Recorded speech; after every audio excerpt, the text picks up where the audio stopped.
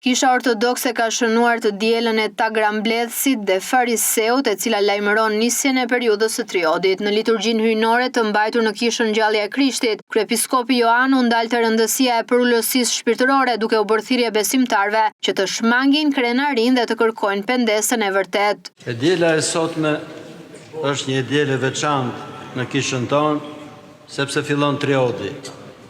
Triodi është pjesa më intensive e jetës shpirtërore në kishë, përgatitja për Pashkën. Edhe është një periudhë pendimi, reflektimi për gjithë secilin nga ne. Dhe kisha në urtësinë e saj ka zgjedhur një paravoli shumë të rëndësishme për jetën shpirtërore të Fariseut dhe të Tagrambledhësit. Në 5-6 rrjeshta përshkruhet një ngjarje dhe me një thellësi shumë të madhe shpirtërore. Vetëm mendja hyjnore mund ta përmbledhte në 5-6 rrjeshta një shpjegim që ndoshta do dojë orë të tëra për ta shpjeguar. 2 njerëz shkuan në tempull për të falur, thotë. Njëri ishte farise, e tjetri ishte Tagrambledhës. Dhe fariseu hyri në kishë, sikur gjithë kisha i takonte atij, dhe filloi të lutet me veten e tij, duke thënë të falenderoj o Zot, thot, sepse thot nuk jam si këta tjerët, nuk kam as vjedhës, as mashtrues, as imoral, agjëroj 2 herë në javë, jap 1 të 10, e gjithë të gjëra. Dhe Tagrambledhësi qëndronte në fund kishës, nuk guxonte as sy të ngritën në qiell dhe thonte vetëm këto fjalë duke rrahur gjoksin: "Mëshirom o Perëndi mua mëkatarin."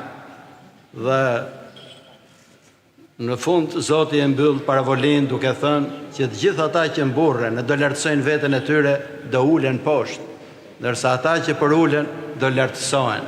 Ky është ungjilli i sotëm. Duke shpjeguar ungjillin e ditës, kryepiskopi Joan bëri një dallim të qartë mes veprave të mira të kryera me mburrje dhe lutje së sinqertë që buron nga njoja e gabimeve. Ai theksoi se Zoti nuk impresionohet nga fjalët e bukura apo vetkënaqësia, por nga një zemër që pendohet, duke porositur besimtarët që të marrin më të mirën nga të dyja figurat biblike, veprat e mira, por pa hipokrizinë që i shoqëron ato. Zoti nuk impresionohet nga fjalët e bukura që mund të themi ne, po se çfarë flet zemra.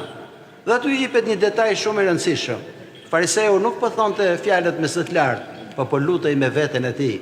E lutja e tij ishte një mburrje, nuk ishte një lutje përpara Perëndis.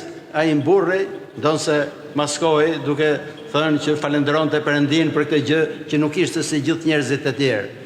Dhe kjo lutje nuk i pëlqen Zotit. Mburravecët, mendjemdhejt, krenarët nuk janë të pëlqyeshëm përpara Perëndis. Sa herë që shikojmë veten tonë duke mburrur diçka, le të kujtojmë këtë paravoli, sepse kjo lutje nuk i pëlqen Zotit. Edhe kur mendojmë me veten tonë, me buzë ne mund të mashtrojmë njerëzit e tjerë, po zemra nuk gënjen asnjëherë. E Zoti lexon zemrat, jo vetëm fjalët që themi ne me gojën tonë. Dhe lutja e një mendjemadhi, e një krenari, e një mburraveci nuk është e pëlqyeshëm tek Zoti.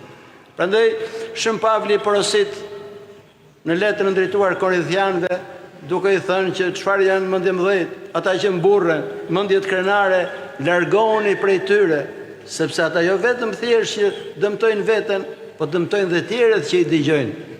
Lutja e vërtet e njeriu të shenjtë është lutja e përulur. Triodi shërben si një udhëtim shpirtëror që fton besimtarët të pastrojnë zemrat e tyre përmes pendimit, për të bërë të denjë për kremtimin e ngjalljes së Krishtit.